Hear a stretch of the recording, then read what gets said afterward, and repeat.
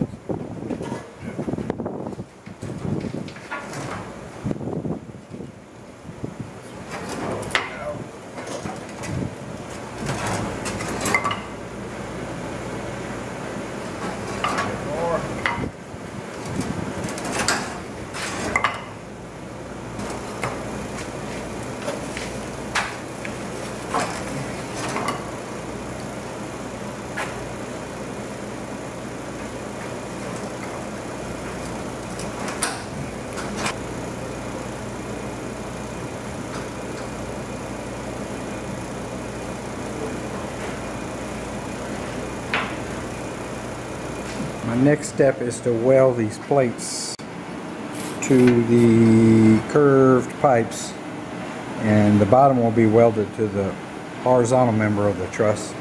There's 3 plates on each one. This will make up my little trusses that are going to span from column to column. I did one and I used it to mark out the other 3 to make sure that they were all going to line up and look good. And I got them shimmed up so they're at the center line of the pipe. I'll have to lift them again to get them to the center line of the 3/4 pipe. Check out that corner. Pretty cool. I'll show you how it is.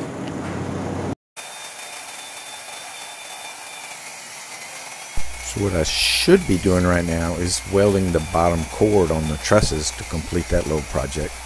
The 3/4 inch pipe didn't come with the package like it should have. So I have 4 outside corners to this canopy, and it's going to have a fabric of some sorts pulled over it. Don't know whether it'll be a sunbrella type or a vinyl type, but I don't want it to tear in the corner, so that's why I played and got this little rounded corner.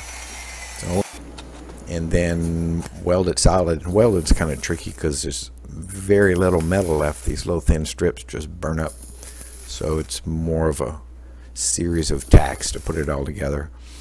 And I've burnt a few holes in it, and I use aluminum filler rod to help with to fill up those holes.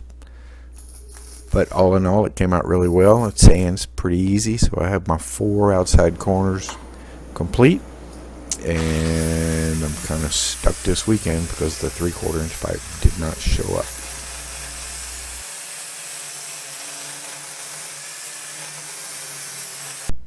A little close-up of the cuts and a little close-up of the welds after they've been sanded down.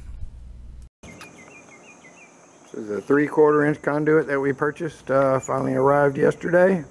And again, it's too short, so first step will be to trim the ends and make them long enough, and then hopefully before the day is out I will get them attached to the curved part of the trusses, and we will have 4 finished trusses. Alright, with the bottom cord lengthened and welded and sanded, I put the arch back into the jig, and it just took these little spring clamps to hold it in place because it's bent pretty accurately. And I put the bottom cord in place, and I just got some gravity clamps holding it. I have the top arch picked up off the table a little bit because the top pipe is smaller than the bottom pipe, and I'm going to weld it. Arch number 1 is welded together, and it was a pleasant experience. For one, it fit, and for two, I finally got the welding machine set correctly, and I kind of have the hang of it, so the welding wasn't as frustrating as it usually is. I think it's pretty strong, but I don't have the ends fixed yet, so until I get the ends fixed, I won't really be able to jump on it and test it. But great, 3 more. Alright, I hope I'm not screwing this up, but this is how I'm proceeding. I got the first truss clamped to the table. I got it lifted up a little bit, kind of an arbitrary measurement. I've got it level with a 4-foot level, the bottom cord, and then I have my ridge pole clamped to that, and I have it level, and it's supported by my vise right now. And additionally, it is square to the bottom cord with the framing square. That's accurate enough. This thing's going to be very limber. So I'm going to weld. I'm going to weld that intersection right here, or at least tack it. And then I'll set my second truss, which falls right about in here. And then I'm going to put a 1/2-inch round bar, kind of like an additional ridge on this side and this side, and then I can install my arches that are not trusses, just arches, and then it should be fairly rigid, and I can figure out what I'm going to do with the overhang, because right now I'm still a little muddy in the head on my overhang. So I'm figuring this puzzle out. I've got the second truss welded, and it's at the correct spacing to fit the columns. It's pretty dang accurate. And I'm going to put 4 pipes under the trusses to support the intermediate arch, and I have it so the spacing is correct on it, so I'm getting ready to weld it. I've got the second truss is level and supported by that little piece of aluminum in the clamp. I'm rapidly running out of clamps, so I'm going to weld this pipe on this side, and then I'll bring the clamps over here and weld this one and weld 2 more, and then I can set the arches that are not trusses on top. You'll be able to get 2 of them and get this all welded and cleaned up, and then I have to figure out what I'm going to do with the overhangs. The overhangs are going to be a little bit complicated so that I'll be able to pull the fabric tight. This is what I've got done so far. It's almost noon, so this is a half a day. 2 trusses, and this half truss is the very center. So this is past center. This is past center. This is past center. So this and the flat bar and the other one, and these 2 short ones will be bolted connections. I'll have to I'll make up some kind of spline joint, and that'll be a bolted connection on the boat, and everything else will weld here. I'm getting ready to do the overhangs, and the overhangs are a little complicated. What I'm shooting for is 1 bar across the end of the curved rafter and 1 down about 3 inches, and that way we'll wrap the fabric and stitch it to this one. The straightaways are easy. The little corner down there, I hadn't quite figured that out yet, but I'm getting ready to work on that shortly. I'm out of argon, so I'm calling it a day. I'm kind of out of juice anyway. I did get my corner figured out. This is how I'm going to do the corners. And when it gets to the boat, the post is going to be about right here. Fabric will come over and then be laced to this bottom one. So pretty happy with the design. Let's see, this is 1 day, 2 days, probably got 2 more full days or 3 more full days working on this, and I got a lot of welds to clean up. But it's a new day. I made room for the rest of the thing. I moved my saw outside, which is fine until the sun comes out, and it's going to be very unpleasant. Scooted my little work surface back, so I think I have enough floor space here to assemble the second half. I'm gonna have to free up my vise. I need my vise, but I brought some sawhorses and some more clamps this morning. These are the slip dowels where I'm gonna have to take it apart. Everything else is welded, and eventually I'll put a screw through those. But I am almost finished. Very long day. Heat index outside is like 105. It's probably just as hot in here. And I welded and grinded and cut and welded and grinded and cut and welded and grinded and cut and welded and grinded and cut and welded and grinded and cut all day long. But it's together. And it looks pretty good. It's pretty straight, pretty square, pretty linear.